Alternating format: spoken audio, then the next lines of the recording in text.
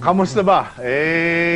Panalo kang Congress. Ano na nga ba yung distrito mo? Kasi dati, Sa second district. Pero panalo dahil wala naman akong nakalaban. wala ka nakalaban. Kasi dati, Wala nang lumaban sa akin. noon hawak mo buong, Buong lalawigan. Batangas. Buong lalawigan.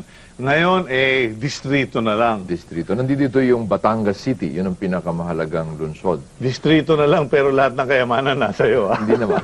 Nandun lang yung... The port is there. The port is there. The Shell refinery is there. Yes, and Caltex. Caltex, nandun doon. Oo. So, siguro masasabi mo na from our area, from my district, we supply mga 65% ng fuel requirement of the entire country. Of the entire In the country. entire country. Dahil na Shell, Caltex, at saka dito rin ang gagaling yung electric power for Luzon. Okay. Siguro mga halos 50% na electric power. Kasi nandiyan dyan yung mga first gas, mga 1,500 megawatts. Tsaka yung Ilihan, 1,200 megawatts. Tsaka dyan yata dumaan yung LPG. Di ba yung natural gas from Palawan. Lahat na yon dito ginagamit.